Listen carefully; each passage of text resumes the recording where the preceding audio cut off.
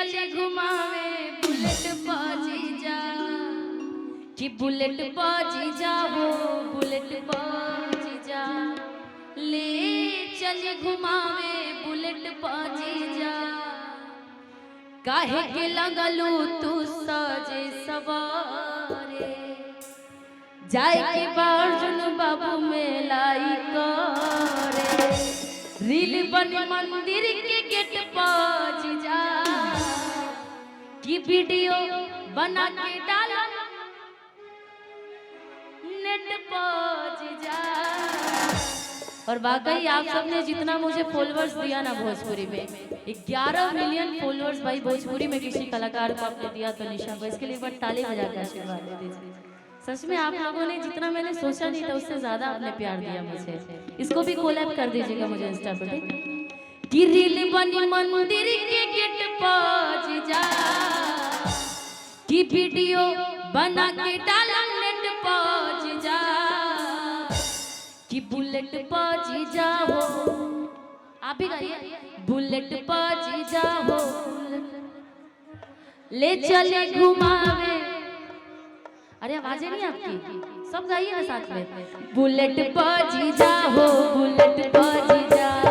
ले चले घुमावे बुलेट बाजी जा बुलेट बाजी जा हो बुलेट बाजी जा ले चले घुमावे काहे के लगलो तू साजे सवारे काहे के लगलो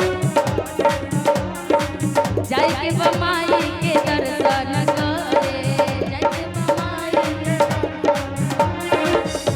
बनी मंदिर के गेट बाजी जा वीडियो बना के डाला नेट बाजी जा बुलेट बाजी जा हो बुलेट बाजी जा ले चले घुमावे बुलेट बाजी जा बुलेट बाजी जा हो बुलेट बाजी जा ले चले घुमावे बुलेट बाजी जा सैया सोनवा के सिकरिया दिल्ली शहर से लइया सैया सोनवा के सिकरिया दिल्ली शहर से लइहा कि दिल्ली शहर से लइहा ना मुजफ्फरपुर से लइहा ना कि दिल्ली शहर से लइहा ना कि अर्जुन बाबू मेला से लइहा ना कि सैया सोनवा के सिकरिया दिल्ली शहर से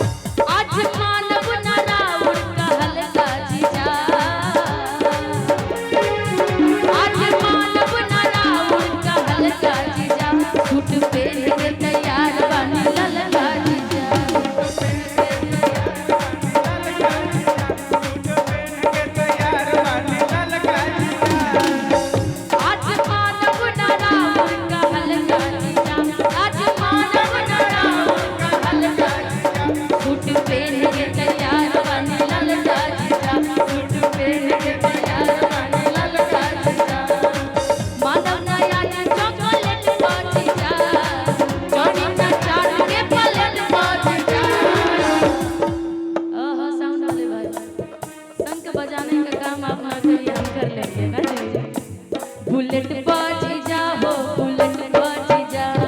ले चले घुमावे बुलेट बाजी जा बुलेट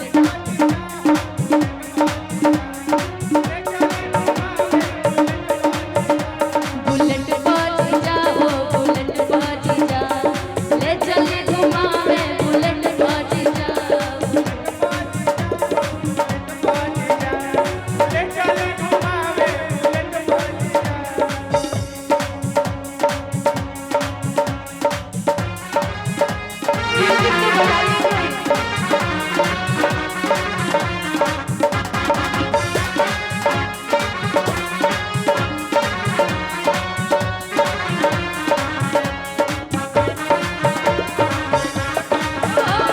Let's go.